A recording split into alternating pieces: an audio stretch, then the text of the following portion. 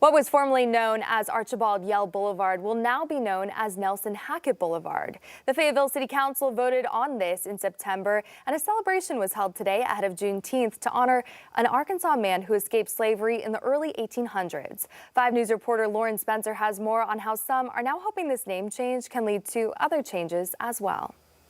And awareness leads to empathy, and empathy leads to change.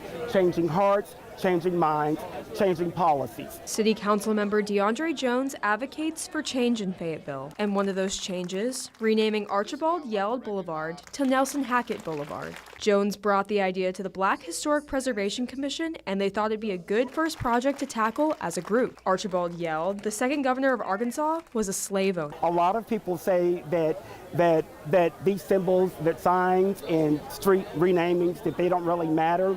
But considering the history as it relates to Archibald Yell, but the important history relating to Nelson Hackett, I beg to differ. According to the University of Arkansas, Nelson Hackett was a servant who was among Fayetteville's 120 enslaved African Americans. He found freedom after he fled Fayetteville in July of 1841 and found safety in Canada. By recognizing Nelson Hackett and by recognizing the Black community does not diminish the value of any other group. The resolution was voted on in September, and on Friday, the community got to recognize the new street sign and celebrate the life of Hackett. Along with renaming the street to Nelson Hackett Boulevard, a historical marker was placed in these flower beds to honor his legacy. J.L. Jennings, who serves as the chairperson of the Black Historic Preservation Commission, says this is important for not only the Black community, but all of Fayetteville. And this is a great opportunity that we have to present some history for our Black culture in Fayetteville and to celebrate it. More